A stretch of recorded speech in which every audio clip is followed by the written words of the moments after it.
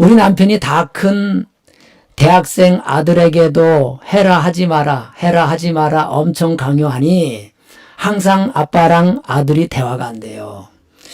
그 지시명령이네요, 이게. 하라 하지 마라, 하라 하지 마라. 이게 율법적인 겁니다. 종교적으로는 율법적인 말이라고 해요. 하라 하지 마라, 하라 하지 마라.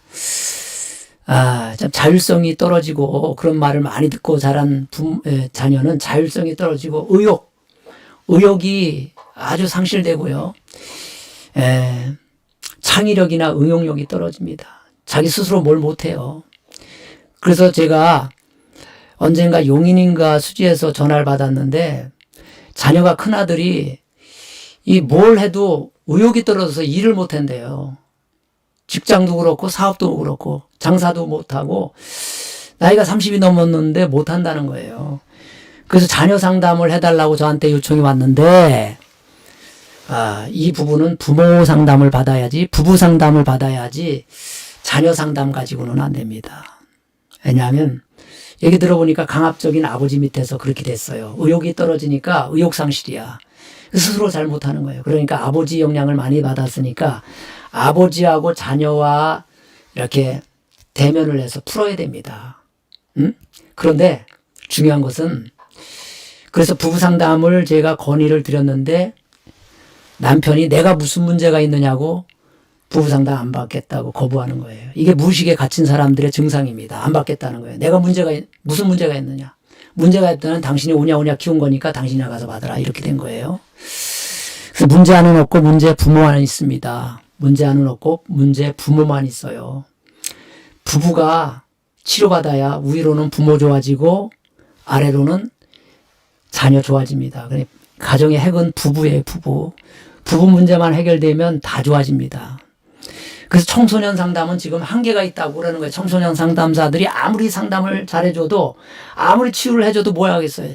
집에 들어가면 다시 도지는 거예요. 강압적인 부모 밑에서 또 들어가서 살다 보면 또 도지는 거예요. 또 상처 또 받고 가출하는 거예요. 이게 악순환입니다, 이게.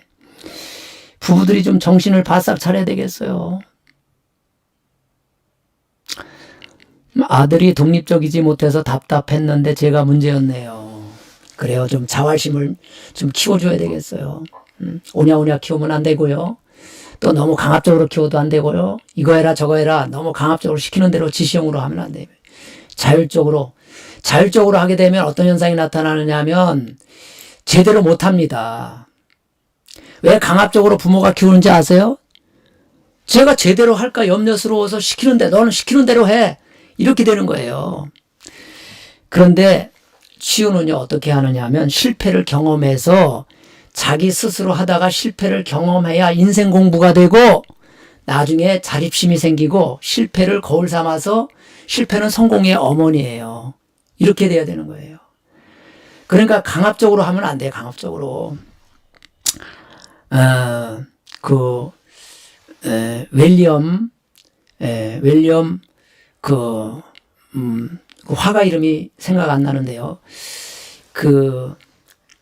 계시록 성경에 나오는 성경의 요한계시록 3장 20절에 문을 두드리는 그 그림을 그린 화가가 있어요.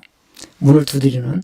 그런데 그 문 앞에 서서 두드리는 그 예수 그리스도의 그 장면이 나오는데 문짝에 신기하게 뭐가 없어요. 문고리가 없어요, 문고리가. 그 그림을 자세히 들여다보면 문고리가 없어요, 문고리가. 바깥에서 문을 열지 못하게 되어 있어요. 화가가 그걸 의도적으로 그렇게 그린 거예요. 그러니까 인류의 구원자 예수 그리스도도 강압적으로 하지 않는다는 거예요. 강압적으로 우리의 마음을 어떻게 열어요? 응? 기다린다는 거예요. 때가 될 때까지. 그 자녀도 기다려야 됩니다. 실패해도 기다려야 돼요. 탕자의 비유에서도 그렇잖아요. 둘째 아들이 유산 달라고 해서 자기 유산 몫을 챙겨서 나가잖아요. 그런데 부모 입장에서는 저거 나가서 떨궈 먹을 거 뻔히 알아요. 그런데도 허락합니다. 왜? 실패를 경험하게 하는 거예요. 강압적으로 키우지 않는 거예요. 그 나중에 집 나간 탕자가 진짜 효자가 되잖아요. 이게 이제 강압적으로 부모가 키워서 잘 되는 아이가 그리 많지 않다는 거예요. 그러나 자율적으로 키워서 실패도 경험하고 공부하라 하지 말라 이거 하지 마세요. 그냥 공부 안 하면 공부 안 해서 자기가 어떤 실패를 경험해야 됩니다. 아, 공부 안 하면 어떤 인생이 되는구나를 경험해야 돼. 그러면 그때 공부를 해도 늦지 않아요. 그런데 강압적으로 하려고 하니까 얘가 반발을 일으켜서 공부를 안 하는 거예요. 응? 성적이 안 올라가. 또 많이 썼는데 쓰긴 썼는데 시간이 이제 많지 않으니까 빨리 읽어야 되겠네요. 저희도 하지 마라 하지 마라 하지 마라 하지 마라 입 다물어라 시끄럽다 강압적인 말을 많이 했네요.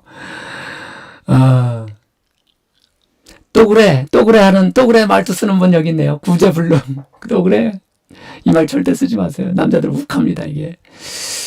저도 아들에게 안 돼 하지 마 그런 거 많이 했어요. 부정만 했지 인정해주지 못하고 공감해주지 못했어요. 그래서 아들이 아프군요. 왜 그래? 싫어하는 말을 계속하고 있는 저는 나쁜 아내입니다. 자책하지 마세요. 아이고 왜 그래 또 그래. 예, 이거 아주 18번지입니다. 여자들이 많이 써요. 저는 1등부터 5위 제가 항상 쓰는 말이네요. 다 들어가 있대요. 아들이 상처를 많이 받았겠네요. 그 말을 한번 하면서 상처받았느냐고 한번 물어보세요. 한번. 그래서 미안하다는 말 좀 해보세요. 비교하는 말 자주 했는데 지금은 안 하려고 노력합니다. 은정님이 써주셨네요. 잘하셨어요. 저놈의 핸드폰 박살내던지 아들에게 자주 쓰던 말이네요. 핸드폰을 박살낸데 감시 통제하는 말투 아이에게 했던 것 같아요. 에휴. 저도 모르게 한숨을 쉴 때가 있는데 그것이 자녀들에게 죽이는 일인 줄 몰랐네요. 아주 땅 꺼지는 말입니다. 에휴가. 에휴 하면 그 말 한마디에 자녀는 땅이 꺼집니다. 땅이 꺼져요. 저는 저놈의 컴퓨터 박살내든지 입에 달고 살았어요. 지금 너 어디야? 통제 감시하는 말 잘했어요. 특히 남편한테요. 지금 당신 어디야? 어디 있어? 뭐해? 언제 들어올 거야? 아주 시간 단위로 분 단위로 감시하는 아내들이 있어요. 이분 그 상처 치유받아야 됩니다. 어린 시절 상처 평생 간다는 말씀 공감합니다. 아니 정태기가 들어왔어요. 어린아이 아니에요. 정태기가 문정이에게 보낸 문자를 보고 너무 멀게 느껴진다고 해서 바꾸었지요. 너 어디야? 엄마가 들어왔네요. 정태기 휴대폰 가지고. 너 어디야? 해서 너 어디니로. 어디니? 같은 말 아니에요? 어디야를 어디니로 바꿨대요. 그 사촌이네요. 같은 말인데. 어디야? 어디니? 어쩌다 이렇게 안 들어오니? 이렇게 말을 해야 됩니다. 어쩌다. 어떻게 해서 이렇게 안 들어오고 있니? 왜 안 들어오고 있니? 보다는 어떻게를 많이, 왜보다는 어떻게라는 말을 써야 됩니다. 그럼 사연을 들어보겠다는 얘기예요. 내가 왜 이렇게 늦게 들어왔는지 사연을 들어보겠다는 거예요. 그건 상처를 안 받습니다. 그랬더니 좀 나아졌다고 칭찬해 줬대요. 말투는 항상 조심해야 돼요. 제가 표현력이 없는데 입 다물으라는 말을 많이 들었나 봐요. 근데 기억이 안 나요. 예. 기억이 안 나지만 들은 것도 있고 인간의 재성입니다. 이게. 예. 인간의 재성이 옳고 그름을 따지는 재성이에요. 인간은 죄인이기 때문에 그런 말투를 많이 써요. 철말뚝에 어린 시절 너무 자유롭게 자라서 철말뚝에 묶여서 어린 시절에 자라서 그래서 어떻게 됐다는 거예요. 나가지 못하고 방콕만 좋아해요. 묶여있대요. 방콕에 묶여있대요. 불쌍하네요. 자기 감정을 드러내지 않고 실은 내색하지 않고 자꾸 숨기려고 했던 것 이유 알게 됐네요. 자기 감정을 드러내지 않고 싶은 거, 또 내색하지 않고, 이거 거짓짝입니다. 가면 쓴 거예요. 근데 그렇게 살기도 참 어려워요, 이게. 나 이렇다고 솔직히 오픈하는 게 더 쉽지요, 사실은. 마음 편하고. 자판기를 정말 미친 듯이 두들기는 아들. 자판기. 이 자판기 두들기는데 미친 듯이 두들긴대요. 스트레스 걷다 푸는 겁니다. 부모에게 정말 상처가 많았나 봐요. 문제는 저희에게 있었네요. 아주 오늘 반성하는 분들이 굉장히 많네요. 강압적인 엄마 때문에 무기력, 만성 피로에 시달리는 아들. 어쩌면 좋아요. 아하. 만성 피로, 무기력 맞네요. 혈기 분노로 표출하는 아이가 있고 그게 확대형이라고 그랬죠. 이마구 상담에서 제가 확대형으로 밖으로 표출시키는 상처가 있고 안으로 삭히는 상처가 있어요. 그러면 만성 피로와 무기력, 스트레스에 시달립니다. 그러면 시민성 질환이 오는 거예요. 호르몬의 문제가 오던가, 갑상선 호르몬의 문제가 오던가, 아니면 뭐 그런 거 있잖아요. 류마티스 관절염, 이런 염증 계통으로 오는 것들, 스트레스로 시민성 질환에 많이 시달립니다. 치료받아야 되면 근본적으로는 병원 치료도 해야 되겠지만 마음 치료를 받아야 돼요. 내면의 치료를 받아야 근원적으로 뿌리가 해결되는 겁니다. 저희 큰아들은 착한 아이 콤플렉스가 있나 봐요. 착한 아이 콤플렉스. 이 아이 굉장히 힘들어요. 가면을 쓰고 살아야 되기 때문에 큰아들에게 착한 아이 콤플렉스가 굉장히 많아요. 부모가 무거운 짐을 지워줘요. 너는 착해야 돼. 너는 장남이니까 진실해야 돼. 이런 책임이 많아요. 그래서 착한 아이 콤플렉스가 많아요.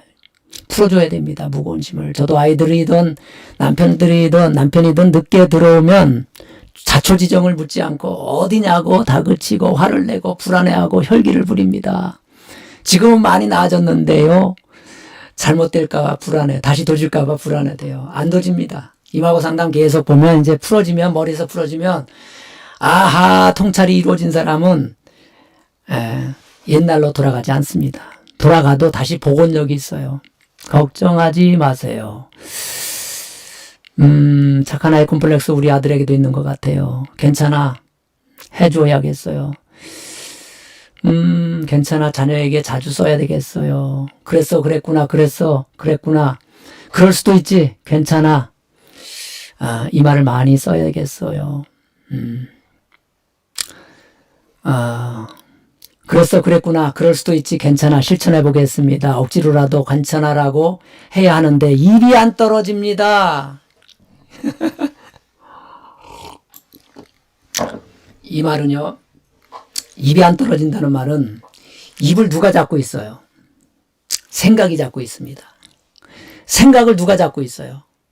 상한 감정이 잡고 있습니다. 감정. 그러니까 감정적으로는 입이 안 떨어지는 거예요.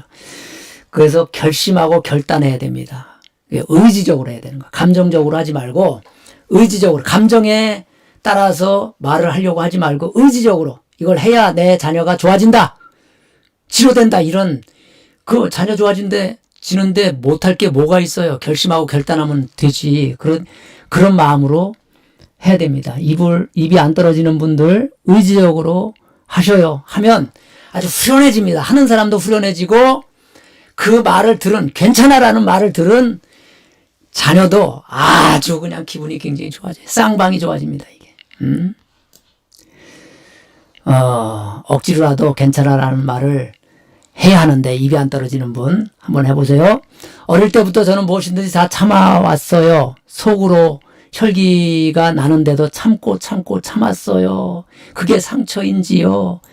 그러면요, 안으로 삭힌 게 상처지요. 그래서 나중에 이게 표출되는 거예요. 자녀에게, 남편에게 표출되는 거예요. 왜 참았는지 모르겠네요. 그때 꼼짝 못했겠지요. 부모에게 참으면 안 돼. 그래서 부부간에도 싸워야지 안 돼요. 제가 부부 싸움에 5가지 원칙 가르쳐 줬죠. 그게 첫 번째가 일단 싸우라는 거예요. 풀으라는 거예요. 이게 일단 싸워야 돼. 일단 싸우고, 이기지 말고. 3과 말을 조심하고. 4과는 내가 먼저 하고 5는 오늘로써 끝내자. 이렇게 5가지 가르쳐 줬는데 일단 싸우는 거예요. 일단 싸워야 됩니다. 싸우는데 잘 싸워야 돼. 5가지 원칙을 지키면서 잘 싸워야 됩니다. 어릴 때부터 저는 했고요. 제 모습이 바뀌니 남편도 자녀도 조금씩 변화되는 모습이 보여요. 아주 감사합니다. 반복적인 어린 시절 상처를 들여다보고 인정하고 드러내니 이제 이래서는 안 된다. 결단이 생기고 인정 공감하라고 반복 학습을 듣다 보니 어느새 생활 속에 적용하고 있습니다. 교수님 감사합니다. 아, 길게도 쓰셨네요. 길게도 썼는데 결국은 좋아지고 있다는 얘기예요. 아, 좋아질 수밖에 없죠. 이 부부 공부만 계속 해보세요. 임하고 부부 상담, 관계 치료 계속 들어보세요. 들으면 나오는 거예요. 들으면 나와요. 부부 공부 반드시 해야 됩니다. 그래서 제가 이런 생각을 했어요. 여성가족부에 결혼하기 전에, 혼인신고하기 전에 부부 상담 공부 수료증을 받은 사람만 혼인신고를 받아주도록 하세요. 이렇게 그래서 이혼율을 좀 낮추라고 건의를 좀 해야 되겠어요. 제가 이게 그 제안서를 쓰던가 이렇게 해서 너무 이혼율이 심하고 재혼 이혼율은 75%고 초혼은 40%예요. OECD 국 중에서 최고입니다. 최고로. 안 좋은 게 최고로 높아요. 큰일 났어요. 가정이 무너지고 있습니다. 그래서 제가 유튜브를 지금 하면서 부부가 살아나라고, 가정이 살아나라는 구호를 외치고 있는 거예요. 자, 오늘 이제 시간이 많이 갔으니까 9시 10분이네요. 벌써 제가 오늘 채팅 상담 중에서 제일 많이 한 것 같아요. 오늘 굉장히 많이 채팅을 많이 달아주어서 자르기가 뭐해서 끝까지 갔는데요. 아무튼 오늘 여러분들 고생 많이 하셨습니다. 오늘 갑자기 찬바람이 불고 날씨가 추워졌습니다. 코로나 주의하시고 감기 좀 조심하시기를 바랍니다. 우리 구호 한번 외칠까요? 부부가 살아야 가정이 산다. 부부가 살아야 가정이 산다. 모든 문제의 원인은 부부에게 있고 모든 문제의 해답도 부부에게 있다. 암기하시기 바랍니다. 시작. 부부가 살아야 가정이 산다. 모든 문제의 원인은 부부에게 있고 모든 문제의 해답도 부부에게 있다. 감사합니다.